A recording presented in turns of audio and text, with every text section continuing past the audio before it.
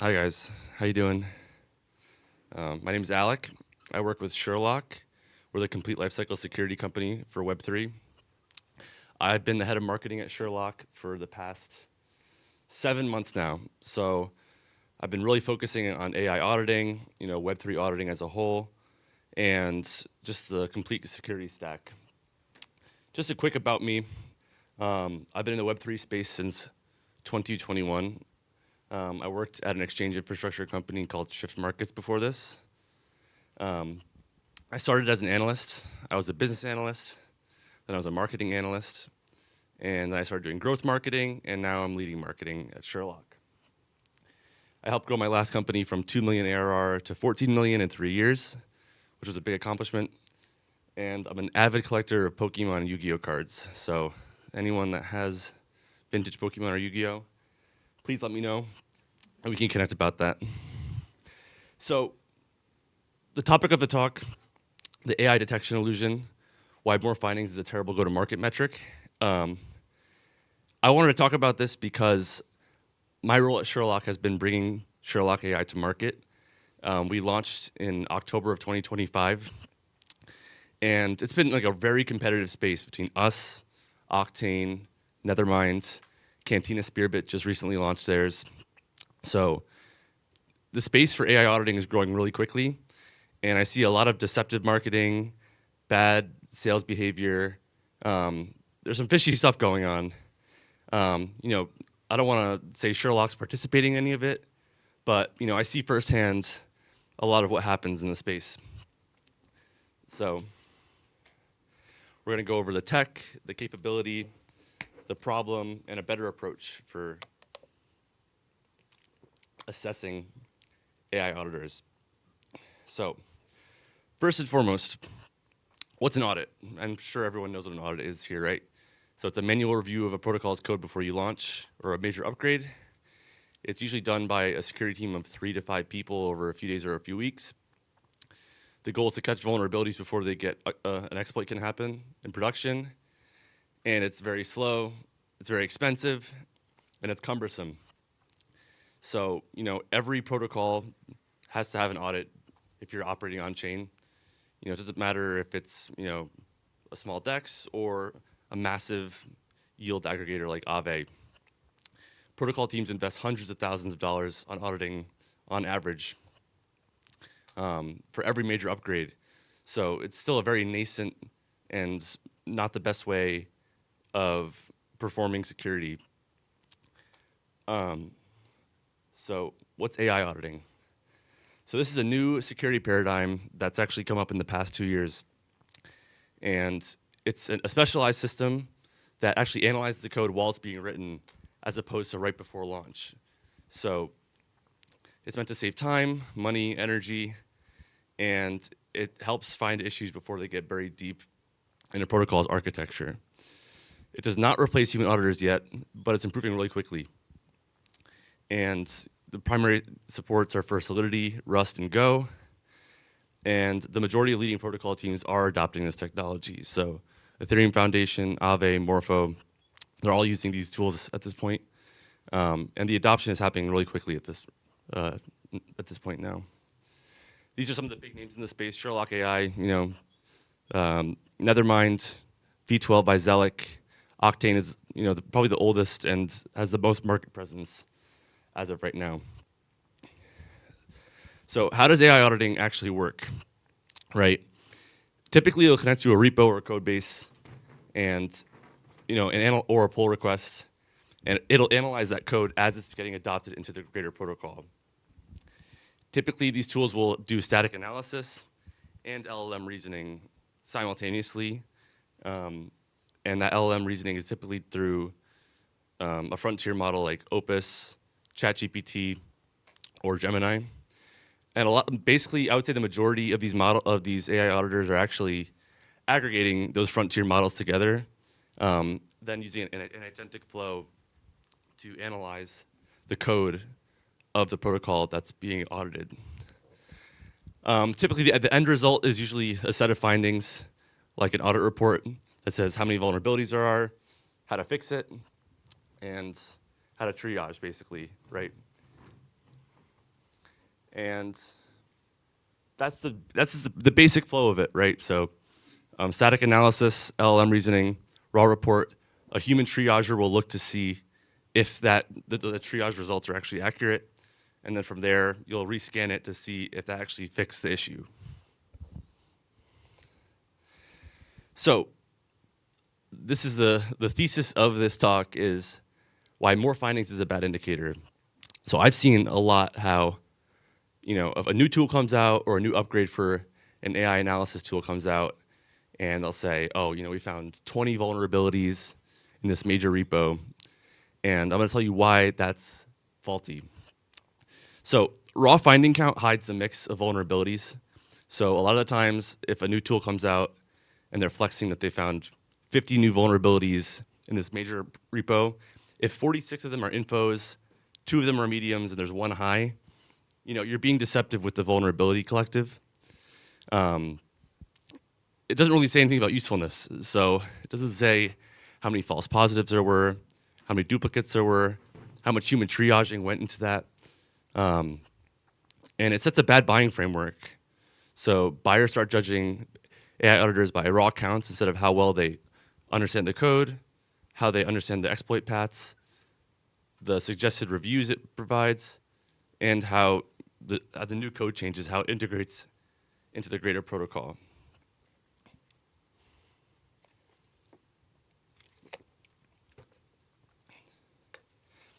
And then this is even more common, where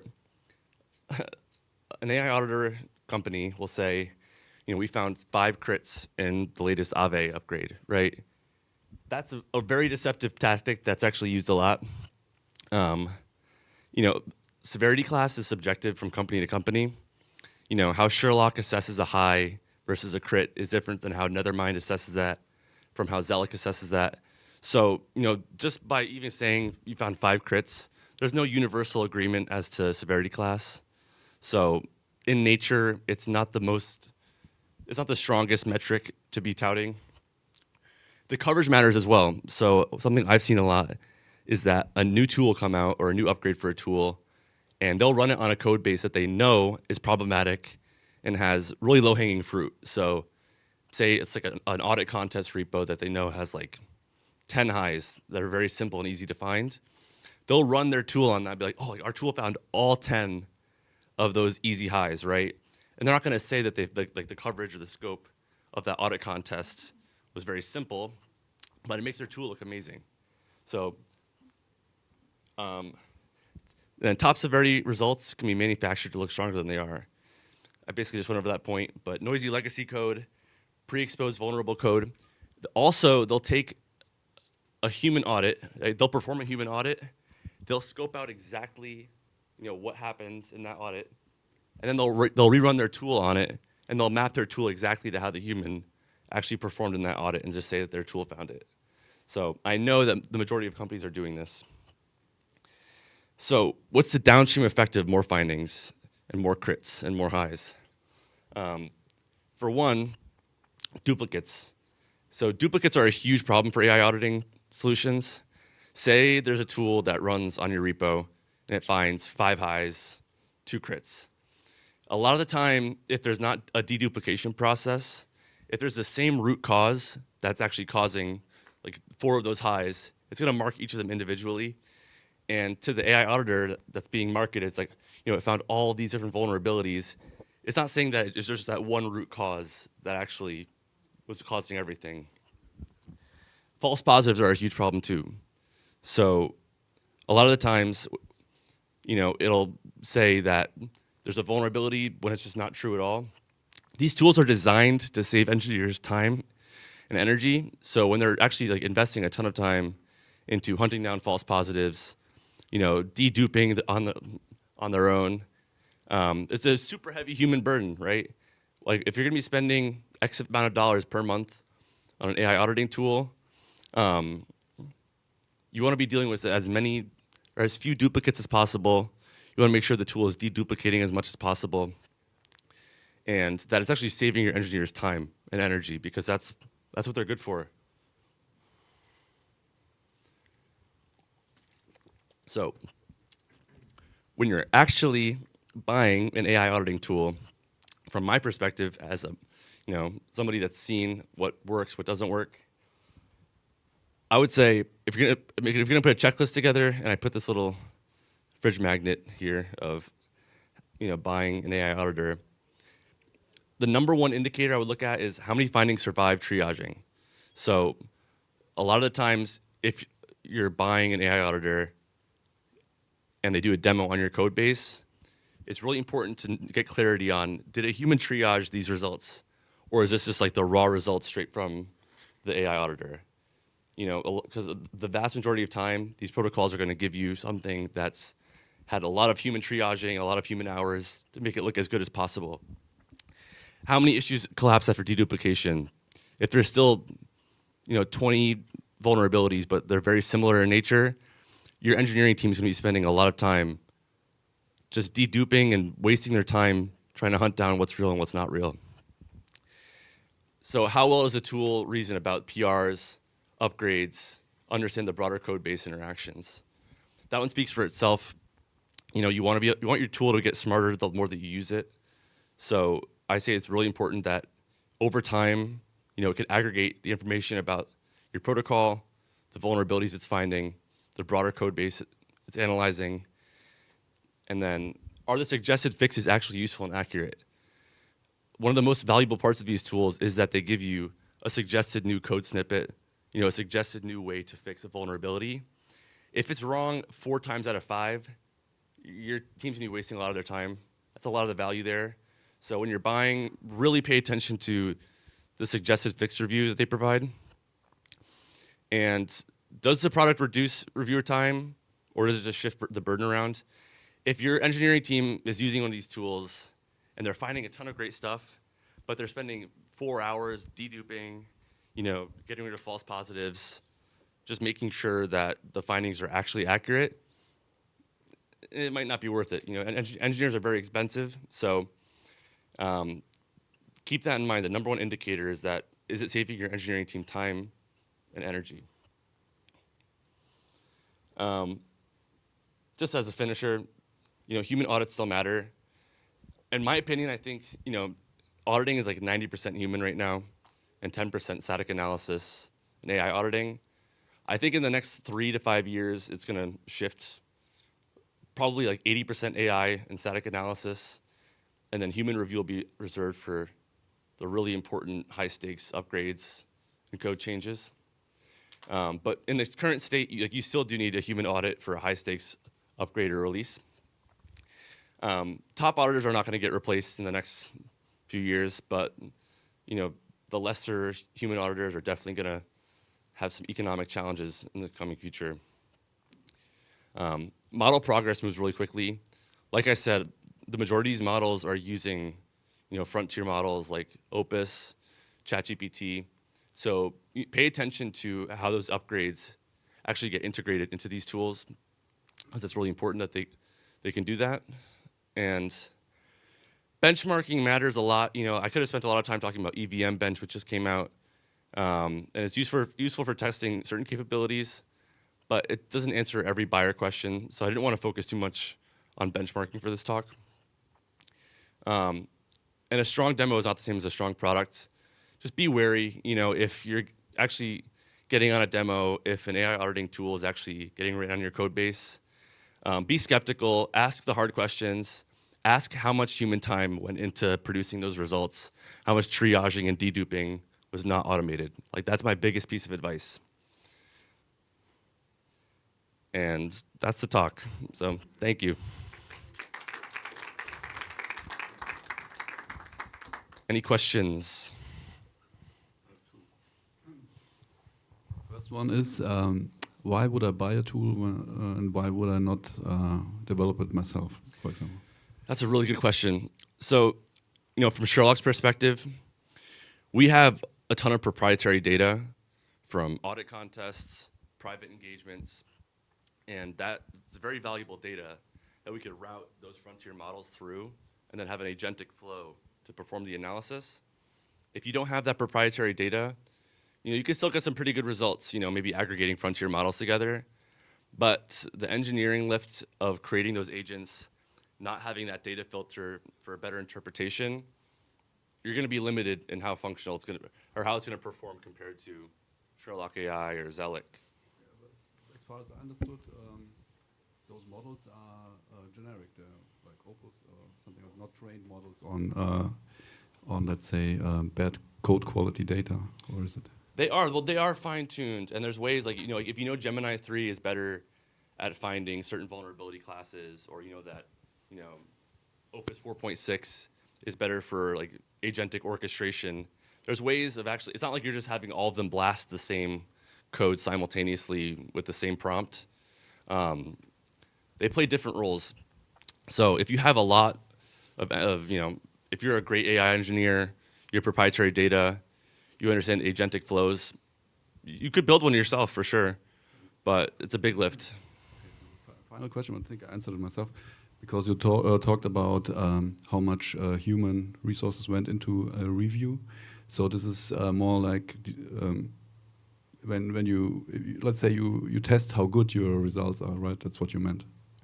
So you have use cases, test them, get results, get faults, and then you say, okay, that's what I expected. There's not too much hallucination on it or any false positives. So that's my prompt is good. So in this. So what's the question exactly? I'm sorry. Yeah, actually, so this is what you meant with because you talked about human reviews of.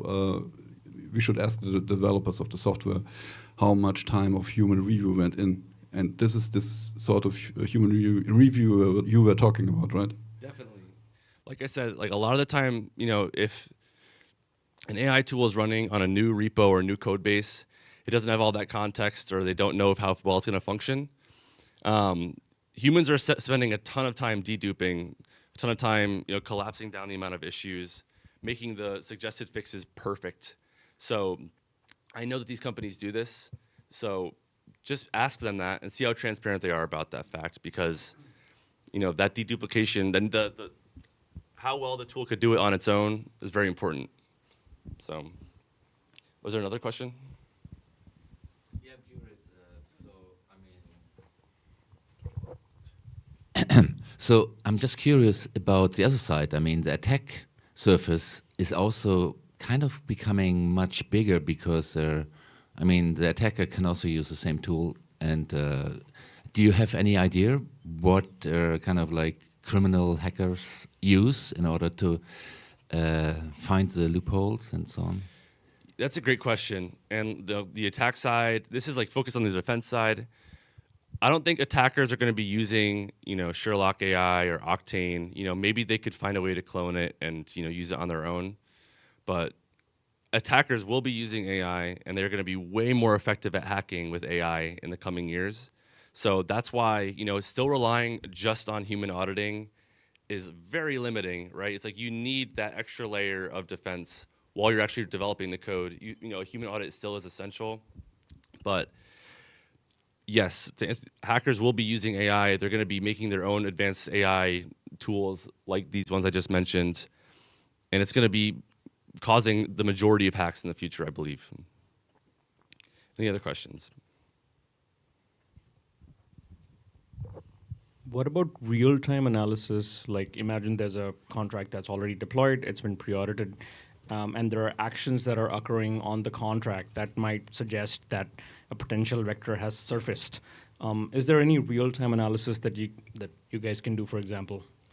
In its current state, no, and that's something we should definitely be building out. Like active analysis. Like in our current state, it's like when a protocol is actually live. Like a bug bounty is like basically like our way of like keeping eyes on live code. But the way we're envisioning Sherlock AI in the future is that like it's not just used during development or auditing. Like it'll be used while a protocol is live, with real-time analysis. So that's a great point, and that is something that in my expectations of the future, absolutely that the tool is going to be used for live protocols as well. Any other questions? Thank you guys for your time. I appreciate this. This is fun to put together. Thank you.